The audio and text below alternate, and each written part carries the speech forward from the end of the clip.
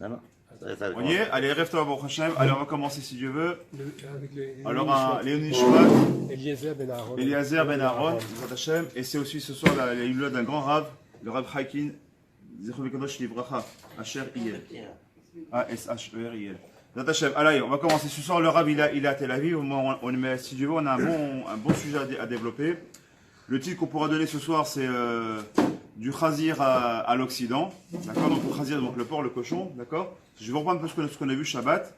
Mais je pense que c'est Kedaï c'est intéressant de l'enregistrer, de le revoir et d'essayer d'aller un peu plus un peu en profondeur. D'accord. Donc, pourquoi du chazir à l'Occident? On va voir quel rapport il y a entre le cochon et l'Occident. Et puis, effectivement, on voit bien qu'aujourd'hui, nous qui venons de France, on voit la prépondérance du porc dans la vie, dans le quotidien des goïms, dans les pays occidentaux.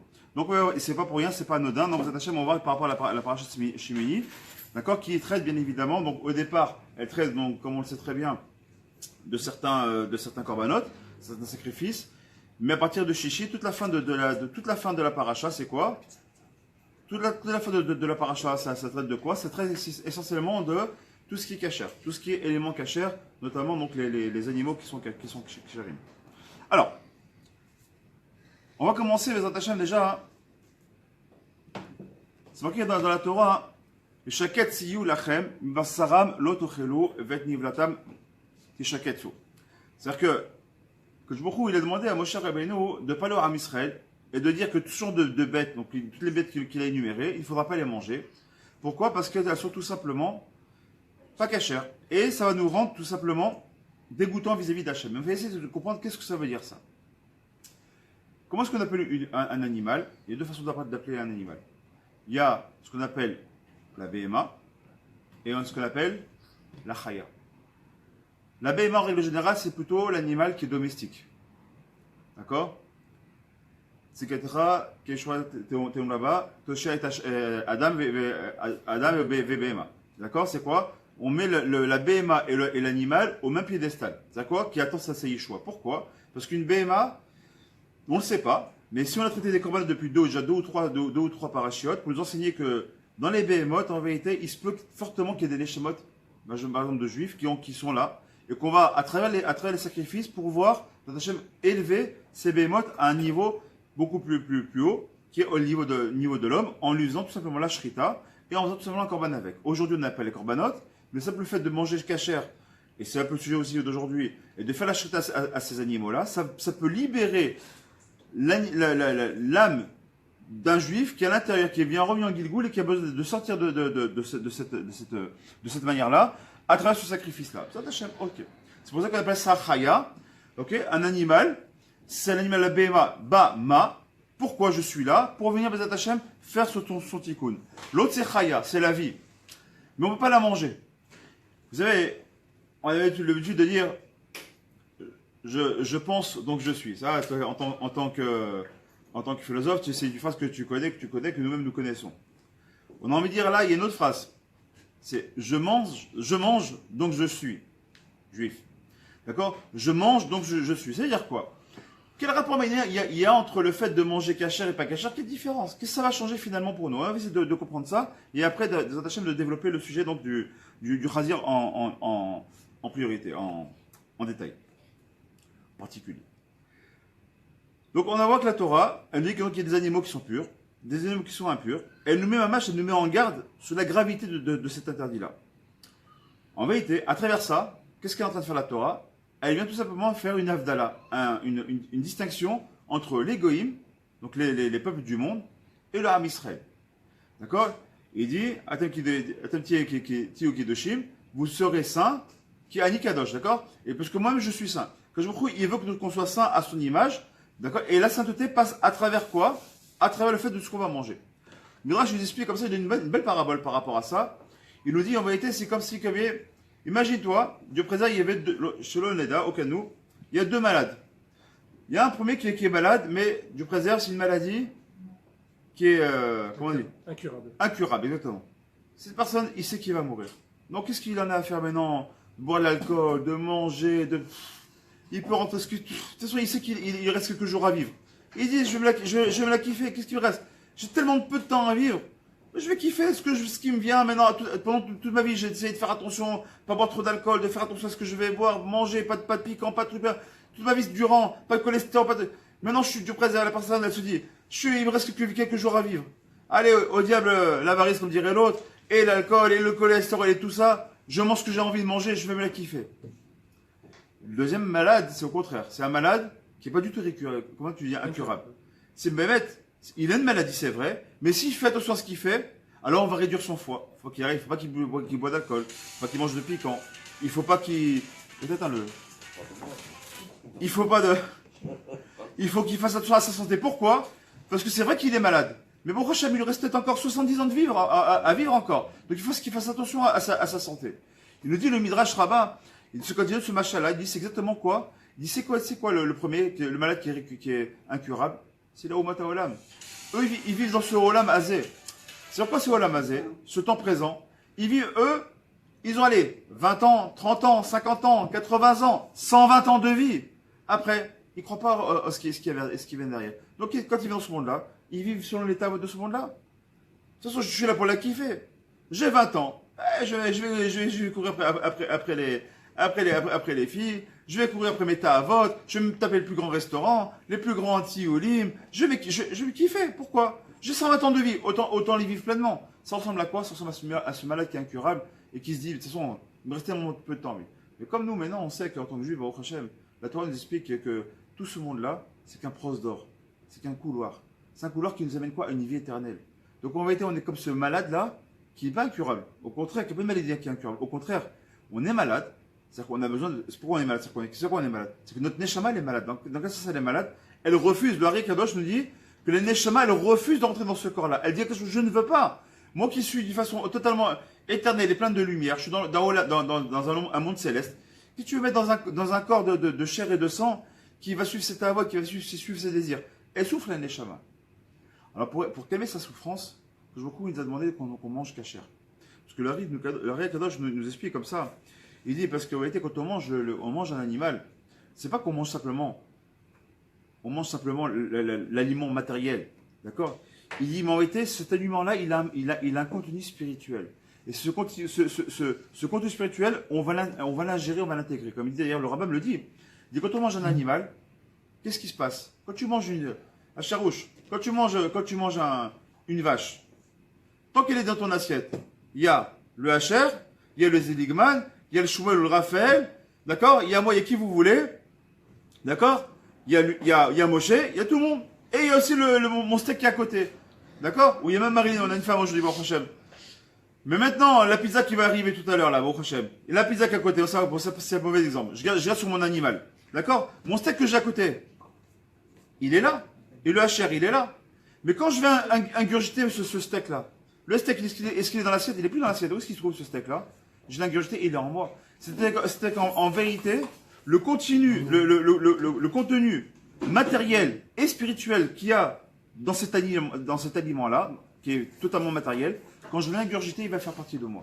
Donc si maintenant, ce que je mange, c'est une souris, c'est un cafard, ou c'est du chien ou du serpent, ou un mollusque, ou tout simplement, même un veau ou un taureau, ou ce que vous voulez, mais qui n'a pas reçu la shrita, tout la touma qui est dans cet animal-là, je vais l'ingurgiter.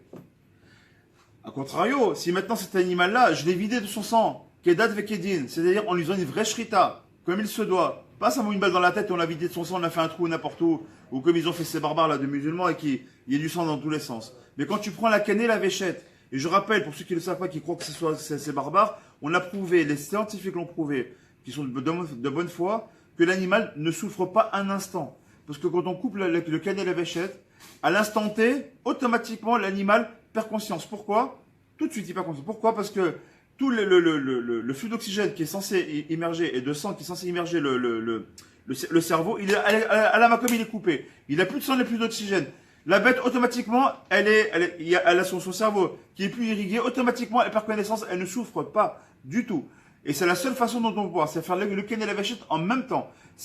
Même pour nous, si le shochet, il est coupé en deux temps, si elle a coupé la canée et la vachette, c'est-à-dire l'œsophage et après le conduit de la trachée artère, voilà, cherchez le mot. S'il l'a fait en deux temps, l'animal il n'est pas cachère. On n'a pas le droit de le manger. Ça doit être coupé en un coup et c'est un coup d'un seul. Et c'est uniquement comme ça que ça peut être caché. Donc à ce moment-là, on le vide de son sang. Vous savez, comme on l'a déjà dit plusieurs fois dans plusieurs shiurim, que le sang, c'est ce qu'on appelle le nefesh behemi.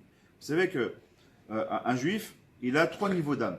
D'accord? Il a le nefesh behemi, qui se trouve dans le sang, et dans le kavet, dans le foie. Il a le ruach, qui se trouve au niveau du cœur, au niveau du havir, du ruach, qui veut dire le vent, quelque part. Donc ça veut dire le havir qui nous est insufflé, qui se trouve dans le cœur lui-même. D'accord? Et le fait de tout ce que je respire. D'accord? Et ensuite, bien évidemment, en tant que juif, on a la neshama, qui elle était chelek elokai mimaal, qui se trouve au niveau de la goulgolette, qui se trouve ici. Si on avait les yeux pour voir, on verrait ici une certaine lumière, qu'on a l'habitude d'appeler ça la aura, d'accord, qui vient du mot or en hébreu, tout simplement. On dit, cet homme-là, il a une belle aura, il est resplendissant, il est blanc, il est comme ça, il a une certaine lumière qui émane de lui. Ce mot aura qui vient d'où? Il vient du mot tout simplement or, d'accord, qui vient donc de la lumière. C'est tout simplement la neshama qui est resplendissante au-dessus de ta tête, d'accord? Rav Cohen qui vient demain, il a montré plusieurs fois que des spectres et autre chose, quand une personne fait des télim, mais des téphilines, ou des choses comme ça, on voit que la lumière grandit. C'est quelque chose d'incroyable qui a été fait par des scientifiques. On voit ce flux de lumière qui est intense, qui émane de lui. Très bien. Donc c'est ce nefesh behemi. Nefesh behemi, ça porte bien son nom. Nefesh, âme, behemi, animal. Donc l'âme animale, elle se trouve, on a dit, dans le sang, qu'on a nous-mêmes. Si maintenant, moi j'ai déjà une âme animale qui me pousse à des désirs, et heureusement, le Yitzhara se sert du nefesh behemi pour justement nous faire fauter. C'est nefesh behemi qui va te dire, soit attiré par la nourriture, soit attiré par le sommeil, soit attiré par les femmes, soit attiré par les plaisirs de ce monde quel qu'il soit. Ça, c'est le nefesh behemi qui veut ça. Si maintenant je rajoute à mon nefesh behemi personnel, je rajoute un animal, même qui est cachère, comme on l'a dit, un veau, un agneau ou un bœuf, pour lequel je n'aurais pas enlevé le sang comme il se doit. Le sang de l'animal va rentrer en nous. Pour ça, d'ailleurs, j'ai une petite parenthèse, les Mekoubalim nous disent qu'il ne faut pas manger de foie. C'est pas interdit par la halakha. On peut se faire un kiff, celui qui aime le foie, qui mange du foie, il n'y a pas de problème. Mais comment on cacherise le foie? C'est la chose qu'on ne cache pas avec du sel. Comment on peut cacheriser le foie? Uniquement avec le feu. Pourquoi? Pour être sûr de sortir un maximum de sang, parce que le foie, finalement, c'est que du sang. C'est quasiment que 90%, c'est que du sang, le foie. Très bien. Donc on doit faire la shrita pour sortir tout le sang possible et imaginable, donc de la bête. Et ensuite, c'est comme ça pas suffit, on va la cacheriser avec du gros sel pour être sûr d'aspirer un maximum de sang, qu'on va ensuite bien sûr bien rincer. Et seulement en ce moment, on sera caché. Pourquoi? Pour ne pas rentrer justement ce nefesh behemi à l'intérieur. Il dit tout ce lien, il est là justement. Tout ce qu'on veut quoi, c'est quoi? C'est marqué là-bas, ou bacharta bachaim. Et la chaim, c'est quoi? On doit choisir la vie. Et la vie, donc, elle n'est pas dans le nefesh behemi. La vie, elle est dans le ruach et surtout elle est dans la neshama. Donc neshama, déjà on a dit qu'elle est divine. Elle est déjà enfouie dans une écorce qui est la peau, qui est le corps humain, qui donc la fait souffrir. Si en plus de ça, on ne vient pas lui donner des choses dont elle a besoin, alors automatiquement on commence à la noircir. Et Chaim nous explique que manger cachère, c'est important. C'est pas simplement de dire c'est qu'une étiquette qu'on regarde. Il explique ici le Rav. Il dit qu'en vérité, même au niveau du Limud Torah, il dit parce que il y a un passage comme ça qui rapportait 1143. Je vais le rapporter ici, les attachements très rapidement.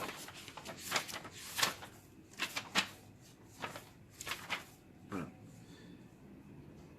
Atishaketsu et nafshotechem vechol asheretz ashoretz velo titameu baem venit metem. Voilà ça. Bam. Il dit comme ça le pasouk. Sheketz, sheketz. D'accord, c'est une abomination pour moi, parce que je suis un peu fatigué, j'ai très peu dormi cette nuit, je suis désolé. Je bégaye un petit peu ce soir, mais je reprends. Sheketz, d'accord, ils sont donc une abomination, donc on dit de tout ce qu'il ne faut pas manger, donc tous les rampants, etc. Et il dit que je vous vous ne vous rendez pas abominable. Le mot teshaketsu, abominable, vient du mot sheketz, d'accord, donc qui vient donc tous ces rampants. De quoi? Et nafshotechem. Ne rendez pas votre âme abominable. C'est marqué là-bas, nafshotechem. Mazé nafsho, c'est le mot nefesh. Donc votre nefesh behemi, ne le rendez pas plus abominable qu'il ne l'est déjà. Bechol asheretz ashoretz, de tous ces rampants-là qui vont ramper. Velo titameu, et ne vous rendez pas impur bahem à travers eux. Pourquoi? Venit metem. Parce qu'en mangeant quelque chose de tamé, vous vous rendez tamé. Or, Kajbourou dit, moi je suis kadosh, et vous dites, Kedoshim. Vous devez être Kedoshim vous-même. Donc ça ne peut pas aller. Ça veut dire quoi? C'est que celui qui mange maintenant quelque chose qui n'est pas cachère. qui prend maintenant un livre de Torah, est-ce qu'il pourra comprendre la Torah? Il ne pourra pas. Vous savez pourquoi? Parce qu'il nous dit ici le Rav, il ne vient pas lire comme c'est marqué ici, Venit metem, qui veut dire durant tamé. Il dit, mais lis la Gemara, te dit quoi? La Gemara, dans la Gemara, justement, dans la Gemara Yoma, là-bas c'est marqué quoi dans la Gemara Yoma? Il dit, Atikre venit metem, et là, venit tamtem. C'est quoi venitem? La chaîne satoum. Il vient maintenant te faire quoi? Te rendre satoum. Il vient te rendre fermé. Il vient boucher les canaux de flux divin qui sont en toi, il te les bouche. Ça veut dire quoi? Tu prends un livre de Torah, tu dis, mince, je ne comprends rien. Je lis, j'ai beau lire 10 fois, je ne comprends pas. Le Rav Chaki, ce soir, c'est Saïloula. Il avait dit, je me rappelle, enfin, j'ai pas eu la chance de connaître vraiment directement. J'étais plus que dire à travers mes grands cousins qui étaient à Aix-les-Bains. Comme ce soir, c'est Saïloula. Il avait dit une fois, au ballet, c'était beaucoup de ballet Teshoua finalement qui étaient à Aix-les-Bains. Et beaucoup d'ailleurs du Maroc, des Chagav. Il s'occupait d'eux. Il le disait comme ça, si vous voulez que la Torah rentre en vous, faites attention à ce que vous mangez. Il dit quand une personne, il est déjà balai Teshoua, qui est rentré comme ça et qui était bien depuis 1 année, 2 ans, 3 ans. Il avait dit avec Vodarav, j'arrive pas à étudier, je sais pas ce qui se passe. Il le regardait avec un grand sourire. Il dit parce que tu manges pas caché. Il regardait comme ça, il dit quoi? Kodesh, Kodesh. Il dit non, parce que c'est mes fourrages dans le Gemara Yoma, c'est marqué. Celui qui mange pas caché, maintenant des fois il le fait sans faire attention peut-être. Celui qui mange pas caché, malheureusement il se rend tamé. Donc il est en train de faire, on a dit tamé, mais il vient pas dire le mot tamé. Viens dire le mot quoi? Satoum. Il te rend, comment on appelle? Khatoum vesatou, c'est dire quoi? Il te ferme les portes, Keviachol. Et donc du coup, tu n'arrives pas à comprendre. C'est normal. Parce que le flux divin, il n'arrive pas en toi. Donc le Ruach Kodesh, ce qu'on appelle Esket Dishmaya, dans un langage simple, l'aide du ciel, elle ne te vient pas. Pourquoi? Parce que j'ai dit, je voudrais t'aider. Mais tous les canaux, tu les as bouchés. Comme il y a des canaux pour la Parnassa, il y a des canaux pour le Shalom Bayit, il y a des canaux aussi pour l'Imut Torah. Et quand les personnes disent, mince, c'est compliqué, je ne sais pas pourquoi, je n'arrive pas à comprendre la Torah. Ça ne rentre pas chez moi. Après, ils te diront, tu sais quoi? Vérifie dès ce que tu manges. Je sais qu'on arrive à comprendre certains rares très bien, et d'autres, on les comprend pas. Ça, c'est une question, déjà de cette pression d'oratoire, ça se dit? De filig, c'est vadaï. Tu as des rabbinim qui savent parler, qui sont des beaux orateurs. Et quand ils parlent, le neshama de l'autre, elle est captée. En réalité, il faut savoir, Alpi Kabbalah, Alpi Chassidut du Tertov, mais c'est aussi Alpi Kabbalah, on l'a dit plusieurs fois. Il y a ce qu'on appelle le Or Yasha et le Or Choser. J'en ai souvent parlé. C'est quoi le Or Yasha et le Or Choser? Comment il s'exprime quand on fait un Dvar Torah? L'orateur, celui qui parle, il envoie un flux. D'accord? On en a souvent parlé. Il envoie un flux. Ce flux-là, il va aller sur chacun des neshamot qui sont en face de lui. Maintenant, les neshamot qui est en face, elle est réceptive ou elle ne l'est pas. Pourquoi? Parce que c'est peut-être une âme sœur, donc elle est très réceptive. Ou alors parce que tout simplement, la personne elle mange cachère, il fait migvé, il fait attention, il est shomer enaïm, shomer aussi oznaïm, il va pas écouter de la shonara. Donc en fait, il n'est pas obstrué, il n'est pas obstrué. C'est celui-là de Rav Chaim. Faites un petit kidouche, un petit, ouais, de Chaim, c'est bien. Donc il n'est pas obstrué, ses membres ne sont pas obstrués. C'est-à-dire quoi? C'est-à-dire que quelqu'un qui voit, excusez-moi le terme, je vais peut-être vous choquer, quelqu'un qui voit des films pornographiques du matin au soir, demain il met ses mêmes yeux dans la Gemara. Qu'est-ce qu'il va voir qu'est-ce qu'il peut en tirer? Celui qui écoute maintenant la shonara du matin au soir, ou qui je sais pas moi, qui écoute des bêtises, des futilités du matin au soir. Qu'est-ce que tu crois que quand un Dvar Torah il fait, qu'est-ce qu'il peut écouter? Il n'est même pas captif le gars. Il est attiré par autre chose. La seule mouche qui vole, il va la regarder pendant 3 heures. Amen. Maintenant, celui qui vend au téléphone, il vend du shaker au téléphone. Comment tu veux que cette fille-là soit reçue? Il ne faut pas s'étonner. C'est-à-dire que comment tu veux, quand je me dis, il n'est pas frayeur, il te dit, mais si tu veux que ça passe, si tu veux que tes canaux soient clairs, fais attention, il faut les nettoyer, il faut faire une petite vidange, des chaim. Baruch Ata Adonai, Elohim Mecholam, Baruch Ata Gefen.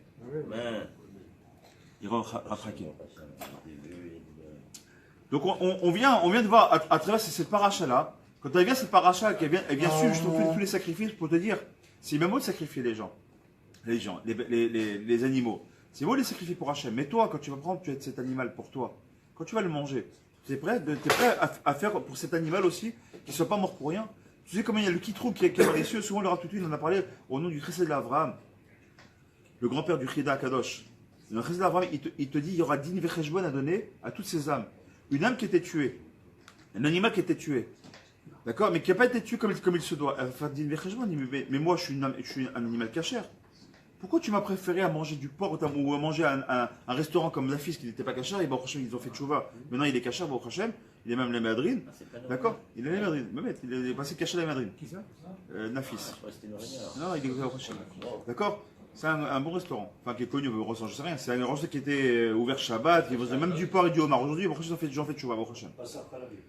Ils ont fait. Ils faisaient même Bassar Khalivi, ils avaient tout mélangé, la totale. Et c'était bondé malheureusement. Là, c'est pas là. Mais non, ils ont fait Baruch Tchouva. Donc, ça veut dire quoi? Bon, c'est pas le sujet. Ça veut dire quoi? C'est-à-dire que si maintenant cet animal-là qui dit mais moi j'aurais voulu, je suis en Eretz Israël, j'ai eu le sroud d'être un animal qui était ramené en Eretz Israël, d'être mangé par des juifs. Il n'y a pas une bracha Shakon Nivero qui va le faire sur moi, il n'y a même pas une shrita qui va le faire sur moi, il n'y a pas une cachoute qui va le faire sur moi. Ça donne du Cheshbon, il a dit pourquoi je suis mort? Pourquoi vous avez pris ma neshama? J'aurais demandé moi. Laissez-moi dans un pré tranquille, j'aurais fait avec ma vache, j'aurais fait des petits veaux et on aurait du lait, ça aurait suffi. Qu'est-ce que tu veux chez moi? Pourquoi tu m'as tué? Si c'était pour une élévation de la matière. Donc en vérité, vous comprenez bien, quand on mange un animal, je l'avais dit une fois, au Pikabala, c'est extrêmement profond. Parce que cet animal-là, il s'est nourri d'herbe. L'herbe, c'est quoi? Le monde végétal. Cette même herbe, elle s'est nourrie de quoi? De la terre et des sels minéraux. Donc c'est quoi? Elle s'attaquait donc au monde du minéral. C'est que l'animal, il te montre l'exemple. Il dit moi, j'ai pris le monde du minéral, j'ai fait une élévation parce que le monde du minéral a donné au végétal. Le végétal, moi, je l'ai mangé. Et moi, je suis un ruminant qui est cachère, qui est marqué dans la Torah noir sur blanc. Elle dit la vache. C'est le Périchir, je ne l'ai pas inventé, d'accord? Tous les animaux, il va voir Périchir, tout ce qu'il dit là-bas. Il dit moi, je suis pur. J'ai été purifié par Hachem. Donc moi, le monde du minéral, je l'ai monté au végétal. Le végétal, à l'animal, je l'ai monté. Maintenant, moi, j'ai besoin d'être monté aussi. Elle dit l'animal. Comment je vais te monter? À travers le fait qu'on fasse shrita et qu'on fasse les brachot. À ce niveau-là, on arrive à monter le monde de l'animal au monde de l'humain. Et nous, quand on se comprend ça, c'est pas l'élévation de la matière, c'est le Tanya Kadosh, c'est ce qu'il en parle très souvent de l'élévation de la matière. D'accord, c'est quoi l'élévation de la matière? Pas c'est bon, je prends un livre et je l'ai monté. Non, c'est que j'ai pris ce vin-là, j'ai été Mekadesh, j'ai fait une bracha, Boré, Peri, Agefen. D'accord, tu sanctifies quoi? L'un des 7 fruits d'Israël. Baruch Hashem, Zachita. Mais si tu bois comme un poivreau, t'as bu pour boire, t'as bu pour t'enivrer, qu'est-ce que t'as fait? Tu t'appelles Leitzan, tu t'appelles. Le vin est déjà caché. S'il n'est pas caché, on peut faire une bracha. Comment? C'est un vin non caché, on peut pas faire. Non, pas vrai. Ok. Donc ça, c'était une première approche que je l'ai parlé dans le fait déjà du lien donc de la cache-route. Maintenant, on va s'intéresser plus, je vais reprendre un petit peu ceux qui n'étaient pas là Shabbat et ceux qui étaient là. Ben, tant mieux, on fait une trazara, mais un peu plus dans les mots. De Rav Friedman, ça c'est Rav Friedman qui ramène ça. Ouais, bien sûr, c'est Rav Friedman qui a ramené, bon, comme c'est son habitude. Il va maintenant sur les 4 animaux qui ont été rajoutés. On voit que la Torah, vous savez que la Torah, il y a un principe de base. La Torah, elle est radine. Elle est radine. C'est quoi les radines? C'est-à-dire qu'elle ne donne pas un mot, elle ne donne pas une lettre, si c'est pas pour t'enseigner quelque chose. Ça, c'est un chok qui veut le y avoir. D'accord? C'est un chok, c'est une loi immuable, que la Torah, elle est midouilleket, elle est précise. Si tu rajoutes un mot, c'est pour t'enseigner quelque chose. Si tu enlèves un mot, c'est aussi pour t'enseigner quelque chose. Répète aussi. Et quand elle se répète, c'est aussi pour t'enseigner quelque chose. D'accord? Quand par exemple, elle te dit tu ne mangeras pas le chevaux dans le lait de sa mère, elle le dit 3 fois. Les Kham se disent attends, on n'est pas débile. Dis-moi une fois, on n'a rien compris. Si on dit 3 fois, donc les Kham te disent, alors c'est que mystamment, on a trop de choses à apprendre. Effectivement, quand on voit dans la Gemara, notamment dans Brachot, là-bas, qu'est-ce qu'on voit? On voit que ça veut dire de ne pas en profiter, de ne pas mélanger et de pas faire le consommer. D'accord? Donc on apprend 3 interdits à travers ça. Donc si on amène 3 fois, très bien. Donc là, ce qu'on va dire ici dans la Torah, on dit maintenant, on t'énumère les animaux qui sont. Alors, quels sont les animaux qui sont? T'étais là, Shabbat? T'étais là, Shabbat. Alors c'est très bien, bon prochain. Donc quels sont les animaux qui sont cachers? C'est plus facile à faire. C'est ceux qui sont ruminants et qui ont les sabots fendus. C'est connu. Ceux qui ne sont pas ruminants et les sabots fendus, ceux qui n'ont pas les deux attributs, ils sont pas cachers. Et la Torah, tout de suite derrière, elle va t'énumérer quoi? Qu'il y a 4 animaux qui ont uniquement un seul des 2 attributs. Mais c'est en mort. S'ils n'ont pas les 2 attributs, ils ne sont pas cachers. Pourquoi tu viens me les enseigner? Et ces animaux, en l'occurrence, vous les connaissez. On va les reprendre pour ceux qui ne le connaissent pas. D'accord, très rapidement. Il te dit comme ça. Et donc ceux qui n'ont pas le sabot fendu et qui ne sont pas ruminants, donc qui ont les 2 attributs, il y en a 4 qui vont être énumérés. Il te dit, t'as le gamal, le chameau. Il te dit, Kima alegera ou fasa eno mefrasim. Il dit, mais il est ruminant, mais il n'a pas les sabots fendus. Effectivement, il n'a pas les sabots fendus. Il n'a pas de sabots du tout d'ailleurs, des chagas. Il te dit ensuite, donc il est tamé pour vous. Vet à Shafan, donc la gerboise en français. Alors, la gerboise, j'ai enfin regardé. C'est un petit rongeur. C'est comme, non, c'est pas un lièvre. C'est un rongeur qui ressemble plus à une grosse souris qu'à un lièvre. Ensuite, tu as justement, qu'est-ce qui va venir derrière? L'arnevet, qui est donc le lièvre, qui va être amené, très bien, qui lui aussi est un ruminant, mais n'a pas les sabots fendus. Ça, c'est des rongeurs, c'est pas des ruminants. Hein. Et bien, le lièvre, spécifiquement, le lièvre, c'est un ruminant. Il fait partie des ruminants, Oui, mais d'accord, contrairement aux autres rongeurs, zoologiquement non, mais le lièvre, il est yotse de fait. Il est yotse de fait, il sort de l'exception. C'était vérifié. On l'a vérifié l'année dernière avec le rat. Comme la souris. La souris non plus, ou un rat, c'est pas du tout un. Et la gerboise, qui est un rongeur, malgré tout, il sort justement. C'est pour ça que la Torah te l'énumère. Et enfin, le dernier qui est énuméré, c'est le chazir, qui lui, par contre, il a les sabots fendus, mais n'est pas un ruminant. Donc, on revient. On a deux attributs. L'attribut premier, c'est de dire qu'il faut être ruminant. Le second, c'est qu'il va avoir les sabots fendus. L'exemple, on a donc le veau, le val, la vache, l'agneau, ce que vous voulez. Très bien. On a ensuite ceux qui ne sont pas du tout cachers, parce qu'ils sont ni les sabots fendus, ni ils sont ruminants.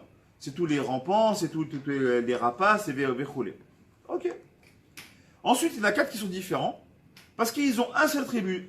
Alors, la Torah va te les énumérer pour dire, au cas où tu aurais pu croire, parce qu'ils en ont un seul attribut, peut-être tu aurais pu croire qu'ils soient cachers, on te dit ils ne sont pas cachers. Ça, c'est le pshat de la Torah.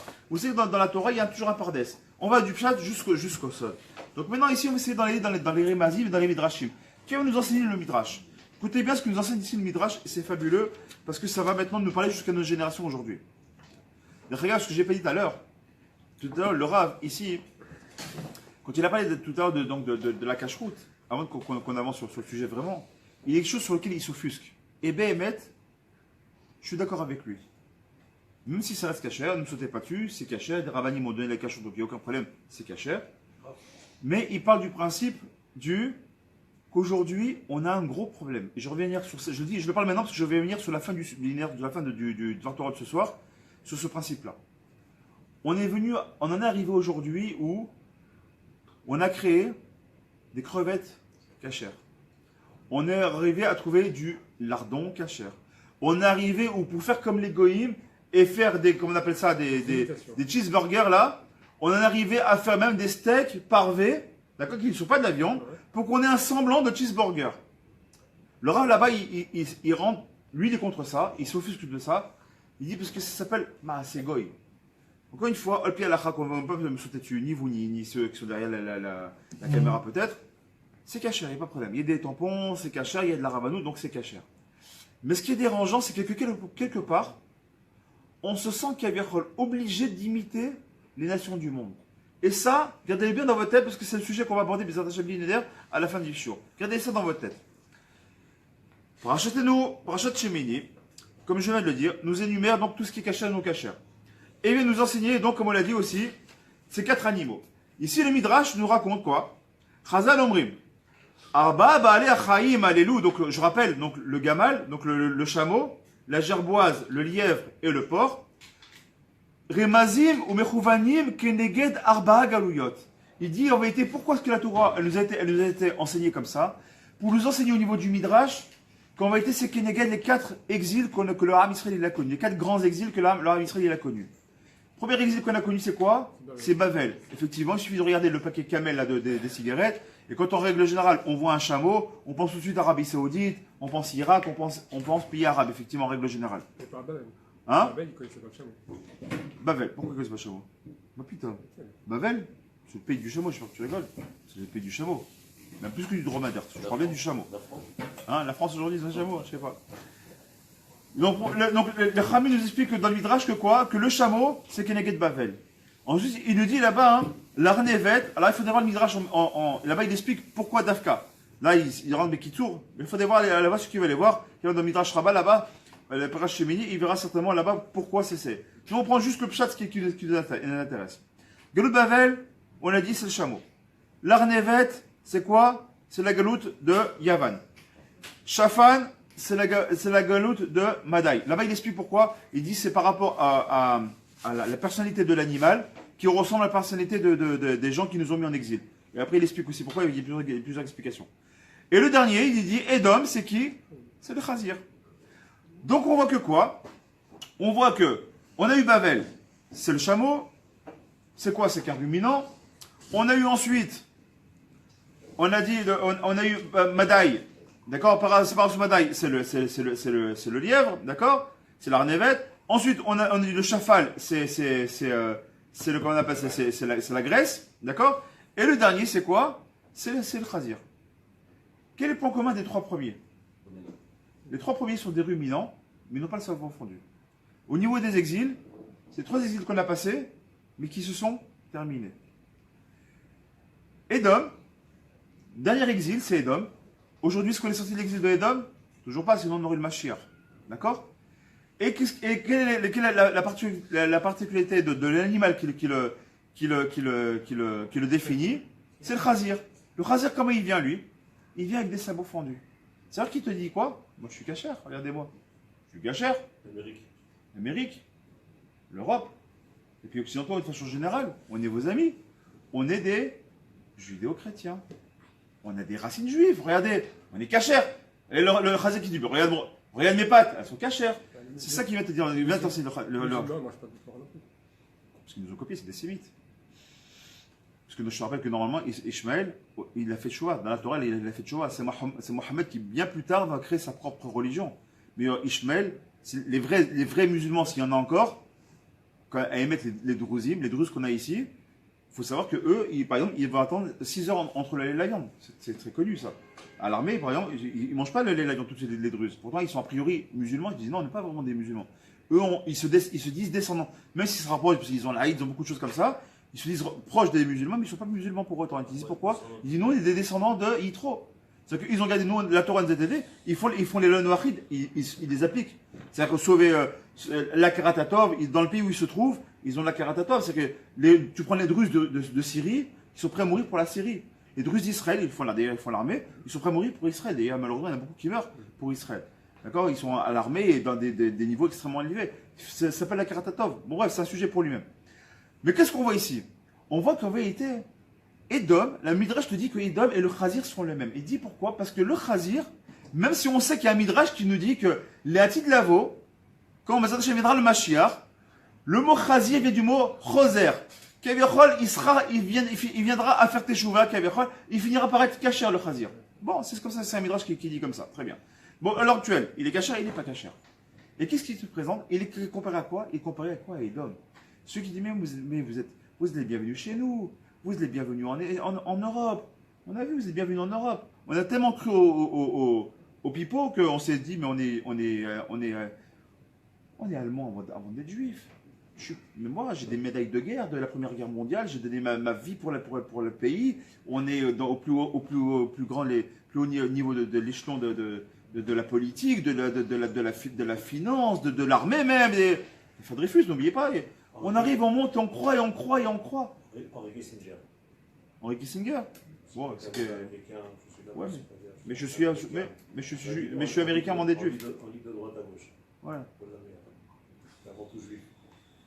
D'accord. Donc en vérité, qu'est-ce qu'on comprend ici? Nous faire comprendre la Torah ici, nous faire comprendre pourquoi Dafka la Torah elle a voulu énumérer ces 4 animaux, parce qu'on aurait compris, on n'a pas besoin que tu les énumères. S'ils n'ont pas les 2 attributs, Nekuda, ils ne sont pas cachers, ça y est, on le sait. Il faut 2 attributs, tu les as pas. Et voilà, zéro, pas cachère, c'est pas besoin d'aller plus loin. Pas besoin d'être un grand philosophe pour comprendre, ou un grand mathématicien pour comprendre qu'un plus 1 ça fait 2.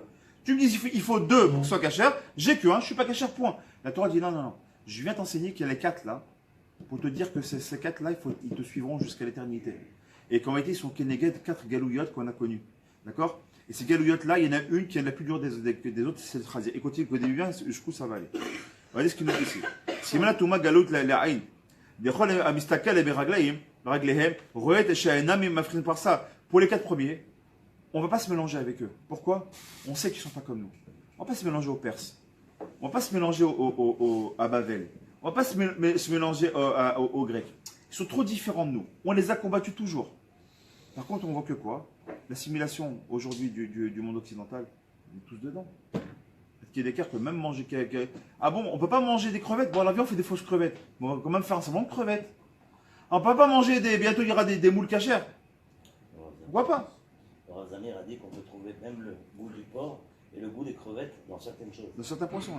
Il a dit, expliqué plusieurs fois que scientifiquement, on avait trouvé des goûts de poissons qui avaient le même goût. Mais ce que je veux dire, c'est pas que c'est la symbolique. Comme j'ai dit une fois qu'à l'époque à Hanouka, je vais être un peu, pas énervé, mais offusqué entre guillemets, et un peu. Moi, je suis contre les Maccabiades. Tout le monde dit, ah, Maccabiades, c'est bien. Maccabiades vient du mot Maccabi. Mika Mocha Baïlim Hashem. C'est un pasouk kadosh qu'on dit tous les jours qu'on dit dans la Shira. Mika Mocha Baïlim Hashem. Qu'est-ce qu'on a fait? C'est les Maccabim. Qu'est-ce qu'on a fait des Maccabiades? C'est quoi les Maccabiades? On a pris Olympiade. Ah bien, eux ils ont Olympiade, et bien on va faire Maccabiade. Eux ils ont le culte du corps, ben nous si on a fait le culte du corps, on va donner un nom juif dedans, c'est tout. C'est le culte du corps, Habibi. Tu fais ni plus ni moins que faire ce qu'ils font eux. Tu fais des répétitions de ce qu'ils font eux. Est-ce que c'est moutard pour autant de faire du sport? C'est moutard, alors il a encore dit hier matin. Et lui-même il fait du sport, moi-même je fais du sport, bon Hachem. Mais est-ce que le culte du corps c'est moutard? Ça c'est pas moutard. C'est pas thoraïque. Celui qui fait des tac-tac pour avoir des gros biceps, pour marcher comme ça sur la plage, même si c'est sur une plage séparée, Habibi, c'est pas notre kivoun ça. Tes heures que tu as passées à lever du poids, va les passer à lever comment on appelle ça, des livres de Gemara, tu auras les mêmes, t'inquiète pas, tu auras des biceps, la même chose. Et moi qui suis spécialiste des arts de combat, des sports de combat, c'est bien plus de 25 ans que je pratique, je peux vous garantir, c'est pas celui des gros biceps les plus puissants, au contraire. Ceux qui travaillent en isotonique, qui travaillent le muscle sec, c'est beaucoup plus rapide et beaucoup plus puissant. Je peux le garantir. Donc ça veut dire, ne perds pas ton temps. N'essaye pas de ressembler à un goy. Ne sais pas comme eux, c'est pourquoi? Parce qu'on a été hellénisés. Comme je dis souvent, on a été édomisés. Je dis souvent, c'est un mot que j'adore et j'ai créé, et j'adore le répéter. On a été édomisés. C'est quoi on a été édomisés? Il faut une université. Si t'es pas ingénieur, si t'es pas avocat, si t'es pas médecin ou professeur, ben t'es rien. Ça, c'est un monde goy. C'est vrai dans le monde des goyim. Qui t'a dit que t'étais rien? On a vécu avec eux. On n'est pas dans une île isolée sur l'océan. On a vécu avec eux, mais on a été sauvés, mon ami Zeligman, on a été sauvés, pas par notre mérite d'Égypte, tu sais mieux que moi. On n'a pas été sauvés parce qu'on a fait mitzvah. On n'a pas été sauvés parce qu'on a fait Kiddush Hashem. On n'a pas été sauvés parce qu'on a prié Hashem. On a été sauvés pour trois choses. Parce qu'on a gardé notre habit, notre langue et nos prénoms. Aujourd'hui, vous allez peut-être rigoler, mais c'est pas une honte, hein, je m'en fous, hein, c'est pas grave. Moi aujourd'hui, je m'appelle mon nom de scène, c'est Jérôme. Saint-Jérôme. Je préfère m'appeler HR. Mais donc, on était en France, j'ai maman, pourquoi tu m'appelais comme ça? Quand on arrive du Maroc, on voulait pas qu'on soit comparé aux Arabes du Maroc. On voulait être différent des Arabes marocains. On voulait que nous, qui sommes du Maroc ou d'Algérie ou d'ailleurs, qu'on soit différents. J'ai même connu un juif qui s'appelait Adolphe, qui est né après Adolf Hitler. Comment tu peux donner Adolphe à ton fils? J'avais un ami à Lyon. Non, Adolphe, pas Adolphe. Adolphe. Moi, je dis que c'était Adolphe, c'est un Constantinois. Il y avait maintenant, j'ai un ami mieux que ça. J'ai un ami, Khaveri, reste avec moi. J'ai un ami qui était jeune. Qui marque qu'il faut aimer la Torah avec le cœur. Je préfère étudier la Torah avec le cœur. Être assimilé. Être assimilé? Être assimilé, mais aimer avec le cœur. Aimer Dieu avec le cœur, c'est ce qui a donné la chrétienté. Lui aussi, il a dit j'aime tout le monde. La Torah, cette personne-là, tu pourras, elle écoute peut-être. La Torah, elle a été donnée avec Ahava et avec Ira. Avec amour et avec crainte. Pourquoi avec amour et avec crainte? Si quand il voulait qu'on soit tous des je t'aime, peace and love, alors c'est ce qui a donné la chrétienté. C'est on te met une claque, bah, tu dans l'autre jour, enfin officiellement. Encore une fois, le chazir qui monte ses pattes. Ça c'est l'officiel. La crainte, la peur, la charia et le Allahu Akbar du matin au soir, tu vois, je te coupe une main, tu trucs, t'as osé lever ta burqa de 1 demi-centimètre, je te coupe la tête ou je te lapide. Ça c'est la vivre que dans la crainte, ça c'est l'islam. La Torah c'est à la fois l'un et à travers l'autre. Vivre que dans l'amour, ça t'amène à la perte. Parce que vivre le Torah dans le cœur, que j'aurais dit, je veux pas que tu vis dans le cœur, je te vis les maasé. Lo amidraché, car il a maasé. D'accord? Vivre la Torah dans son cœur, Dieu il est dans mon cœur, moi je fais du mal à personne, mais Habib c'est parce que t'as demandé à Hachem. Bepoal, action. Pourquoi il croit que il avait que ça à faire de dire, je vais donner 613 mitzvot? Si vous voulez qu'on fasse que dans le cœur, ne donnez pas de mitzvot, donnez-nous que des bonnes midot. Mes enfants, vivez comme des bons juifs, vivez comme des bons hommes. C'est quoi? Ne faites pas de mal, ne volez pas, arrêtez-vous là. Ça s'appelle le Noachid. Mais nous, il nous a pas demandé ça. Il nous a rejeté 613 mitzvot. Et t'allumes pas la lumière, et tu manges cachère, et tu mets des téphilines. Et pourquoi tout ça? Nous, ça nous dépasse, parce que beaucoup, il a besoin qu'on fasse des péroulotes, des péroulotes. Il a besoin qu'on fasse de l'actif, qu'on soit actif, qu'on fasse des actions. Les mitzvot, ça vient du mot tzivou. Le tzivou, c'est quoi? C'est un commandement. Comme un étudiant militaire. Écoute, là, fais-le selon ton cœur. Mon cœur m'a dit de ne pas tirer sur mon prochain. Je peux. Habib, ton prochain, c'est ton ennemi. Il a une kalachnikov en face de toi. Prochain ou pas prochain, en attendant, c'est ou lui ou toi. Ben, tu prends ton M16 et tu le tires le premier. Et tu espères de bien l'avoir visé parce que c'est ou toi ou lui. Il y a un moment donné, il n'y a pas. La Kosh Baruch Hu, il les a amenés la hava, velaïra, l'amour et la crainte. La crainte, c'est ce qu'on dit dans Leshem Yechuk, Jabechu, Utril Vechu, Bitrilou, Uchimu, Uchilou, Utrilmu. C'est en amérien, c'est dire quoi? Dans la crainte et dans l'amour, dans l'amour et dans la crainte. On le dit tous les jours dans tous les Shemichut que l'on dit, avant de mettre une femme mitzvah. Il te dit quoi? Tu dois savoir que toujours il dit serre-moi avec l'amour et avec la crainte et l'amour. D'accord? Il y a le mot hava, c'est vrai, donc c'est le cœur. Ve'afta lecha kamocha, d'accord? Tout est avec le cœur. Et des moments, il faut avoir la peur du divin. Quand je me il s'appelle Elohim. D'accord? C'est quoi Elohim? C'est le din. Il s'appelle juste une seule fois Adonai. C'est quoi dans le mot Ado? Il y a le mot din. Adonai, il y a le mot din à l'intérieur. C'est quoi? Tu veux dire, où tu crois? Maintenant, quand tu viens dans. Il est parti, il n'y a personne. Ça l'a dérangé. Non, maintenant, il a dit. Ah, mais il dit Kolakavod. C'est bien Kolakavod. Qu'on sache bien, moi j'ai une Torah de vie, une Torah d'amour. Ceux qui sont là, ils sont là pour témoigner. Au contraire, Baruch Hashem. Y compris des goïms, comme des goïms que je connais, qui m'écrivent encore, des amis arabes que j'ai encore aujourd'hui, Baruch Hashem. 15 ans que je suis en Israël, je suis encore en contact avec certains musulmans de France. Ça existe, Baruch Hashem. Des bons arabes comme des bons juifs, il y en a partout, Baruch Hashem. Il y en a, Baruch Hashem. Il faut les compter, mais il y en a. Là, il faut les compter, mais il y en a, Baruch Hashem. Mais ça veut dire quoi? C'est quoi un bon arabe? C'est qui sait que Allahu Akbar, c'est le vrai Allahu Akbar. C'est quoi comme nous on dit Hashem Agadol Agibor Vanora? On le dit en hébreu, il le dit en arabe, c'est pas de problème. Tu peux dire même, Seigneur, tu es grand. Dis-le dans ta langue, mais vis-le de ce que tu dis. C'est pas Allahu Akbar pour violer une femme. Voilà Allahu Akbar pour les gorger une tête. Voilà Allahu Akbar pour violer, pour te faire exploser. C'est pas ça. Dieu n'a jamais demandé ça. D'accord? Quand on dit la ira, c'est quoi? C'est la ira, c'est la crainte vis-à-vis d'Hachem. Le guinam, l'enfer, comme on le dit entre guillemets, elle existe. La faute, la punition, elle existe. On n'est pas dans un monde de bisounours. D'accord? L'île aux enfants, c'est quand on était petit. Aujourd'hui, on a grandi, on sait que tu travailles dans un bon derrière. Tu vas où il faut. Tu as un mauvais derrière. Malheureusement, Gilgolim, Geinam, c'est moi qui l'écris. Allez voir le livre de Kabbalah, le Zohar Kadosh ou l'Agmara, mais tout simplement, vous allez voir de quoi ça parle. C'est moi qui ai inventé. C'est marqué comme ça que je me trouve. Il donne quoi? Un Saratov, la Tzadikim, Veonesh, la Rechaim. On le dit tous les jours dans le Rambam. C'est ce qu'on dit tous les jours dans les 13 articles de foi. Tous les matins, on le dit. Je ne l'ai pas inventé, ça ne vient pas de moi. D'accord? Ça veut dire quoi? Donc, comment était? Bien sûr qu'on doit vivre la Torah dans son cœur. Bien sûr qu'on doit vivre une Torah de vie. Mais bête. Et pour avoir une Torah de vie, il faut savoir comment la vivre, cette Torah. Parce que justement, quand on a vu Chaya, d'accord? C'est quoi quelqu'un qui vit de Bechaim? D'accord? Quand on a vu, on a fait les Chaim. C'est quoi? C'est les Chaim. La vie, à la vie. À la santé, c'est quoi? On cherche la vie. Mais la vie, elle doit se vivre, bémet. Alors, j'avance parce que la Keta est importante ici. Donc, on a dit que ce Khazir-là, qu'est-ce qu'il est? Donc, il représente donc Edom, l'Occident, et il n'est pas terminé. L'Omar Lecha. Ma Khazir Bisha'a Shu Revetz. Moi, quand il te montre lui, il dit, bon, c'est pas dire rien, je suis quelqu'un de bien, moi. Ne fais pas de mal, je suis quelqu'un de pas mal. Yan Zepotar et l'anneau, Sha'ar Le'avin, et Takatou Bebe Parachat Toldot.